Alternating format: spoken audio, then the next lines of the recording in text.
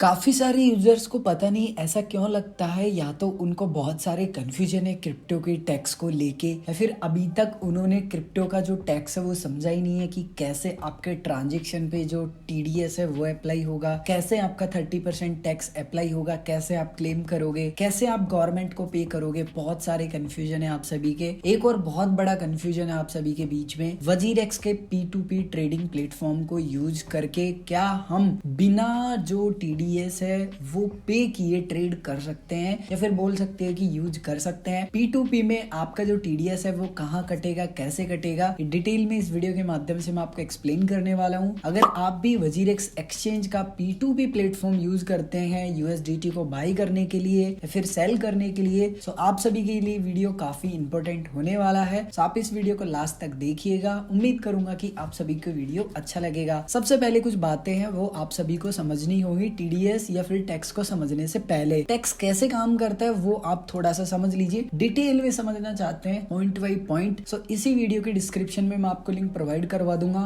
सबसे पहले basic concept clear कर लेते हैं जो कि आपको पता होना चाहिए इस वीडियो में आगे बढ़ने से पहले। जब भी हम INR के पेयर में किसी भी कॉइन को बाई करते हैं हमारा कोई भी टीडीएस नहीं कटेगा, लेकिन हम INR के पेयर में किसी भी कॉइन को सेल करते हैं, चाहे वो बिटकॉइन हो, इथेरियम हो, ऐसे जितने भी कॉइन अवेलेबल हैं वजीरेक्स एक्सचेंज पे, अगर आप उनको सेल करते हो सो जो भी टोटल वैल्यू बनेगा उस कॉइन का जब आप सेल कर रहे हो, सो उसके टोटल वैल्यू पे 1% टीडीएस कटेगा। ये तो है INR पेयर पे जो अप्लाई होगा टीडीएस वो। अब बात करते हैं crypto to crypto pair. Crypto to crypto pair मतलब अगर आप बिटकॉइन को इथेरियम में कन्वर्ट करते हैं, इथेरियम को बिटकॉइन में, ऐसे जितने भी कॉइन में आप ट्रेड करते हैं, सो वहां पे आपका बाय पे भी टीडीएस कटेगा एंड सेल पे भी, क्योंकि आप वहां पे बायर भी बन जाते हो और सेलर भी बन जाते हो। अब बात करें यहाँ पे कि 30% टैक्स कब देना है, तो 30% टैक्स आपको जब देना है, फॉर एग्जाम्पल आपने 1000 रुपए का बिटकॉइन बाई किया, आपने 2 दिन बाद 2000 रुपए का बेच दिया, तो 1000 रुपए तो आपने इन्वेस्ट किया था, प्रिंसिपल हो गया, 1000 का आपने वहां पे बेनिफिट किया। सो 1000 का जो बेनिफिट आपने किया उस पर 30% टैक्स देना है जो भी गवर्नमेंट का बनता है। लेकिन दूसरे केस में आपने क्या किया, 2000 का बिटकॉइन बाई किया और 1000 का बेच दिया, आपने 1000 का लॉस कैरी कर लिया। सो वहां पे आपने क्या किया, 1000 का लॉस कर लिया। अब आपकी नजर में आप क्या कहोगे कि मैंने तो कुछ भी नहीं कमाया ना कुछ गवाया, क्योंकि आप ऐसा इसलिए कह रहे हो, पहले आपने 1000 कमा लिए वापस गवा दिए, तो आपकी नजर में तो आपका PNL है 0, लेकिन गवर्नमेंट की नजर में आपका PNL है, बेनिफिट जो लॉस है वो है 1000। लॉस से गवर्नमेंट को कुछ मतलब नहीं है, आपने पहले 1000 कमाया, गवर्नमेंट की जो एंट्री है वो हो गई कि हाँ भाई आपने 1000 कमाया है। अब यहाँ पे ना काफी लोग क्या बोलते हैं कि P2P का मतलब तो होता है पर्सन टू पर्सन। मतलब पर्सन टू पर्सन मतलब क्या, यानी कि एक होता है बायर और एक होता है सेलर। इसमें एक्सचेंज का कोई रोल नहीं होता, सिर्फ एक्सचेंज आपके ट्रांजेक्शन को यहाँ पे प्रोसेस करता है, इसके अलावा कुछ भी नहीं। यानी कि यूजर टू यूजर यहाँ पे ट्रेड होता है, एक तरीके से आप ये बोल सकते हैं। सो भाई ये बताइए कि जब आप एक्सचेंज की ऑर्डर बुक को यूज करते हैं, सो यहाँ पे क्या एक्स्ट्रा ऐसा होता है सिंपली जो P2P में नहीं होता। यहाँ पे क्या होता है, जैसे फॉर एग्जाम्पल मैं यहाँ पे USDT के एग्जाम्पल से आपको बताता हूँ ताकि आप रिलेट कर पाएंगे। ऐसे फॉर एग्जाम्पल आप USDT को INR के पेयर में बाई कर रहे हैं, यानी कि फिलहाल बाई कर रहे हैं, ऐसे समझिए, ठीक है। सो यहाँ पे ये प्राइस आपको दिख रहा है 85 रुपीज, 86 रुपीज राउंड फिगर पकड़ते हैं। यहाँ पे 828 क्वांटिटी की समथिंग है। मान लीजिए आप इसी प्राइस पे 100 क्वांटिटी बाई कर रहे हैं, जैसे फॉर एग्जाम्पल मैं यहाँ पे 100 क्वांटिटी बाई करता हूँ,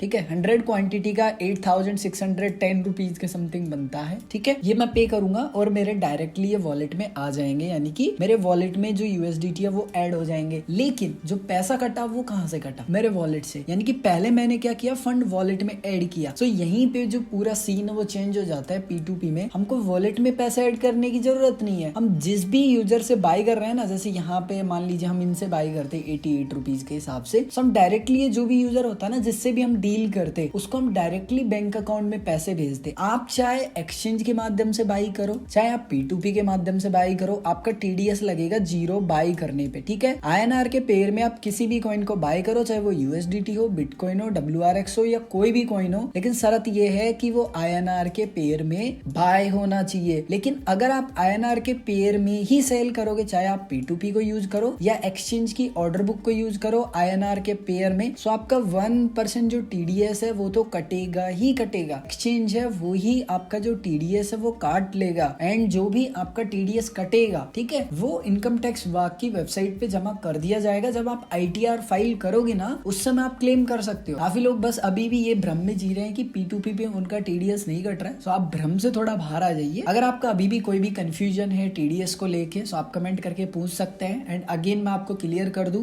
मैं यहाँ पे कोई एक्सपर्ट नहीं हूँ, ना मैं कोई सीए हूँ। उम्मीद करता हूँ कि आप सभी को वीडियो अच्छा लगा होगा। अगर आप सभी को वीडियो अच्छा लगा है और अगर आपने अभी तक इस वीडियो को लाइक नहीं किया सो लाइक कर दीजिए। एंड ऐसे ही और इंटरेस्टिंग वीडियो देखने के लिए आप इस चैनल को सब्सक्राइब कर लीजिए एंड बेल आइकन पे भी क्लिक कर लीजिए, ताकि हर एक वीडियो की नोटिफिकेशन आप सभी को मिलती रहे। मैं मिलता हूँ आप सभी को एक और ऐसे ही नए इंटरेस्टिंग वीडियो में।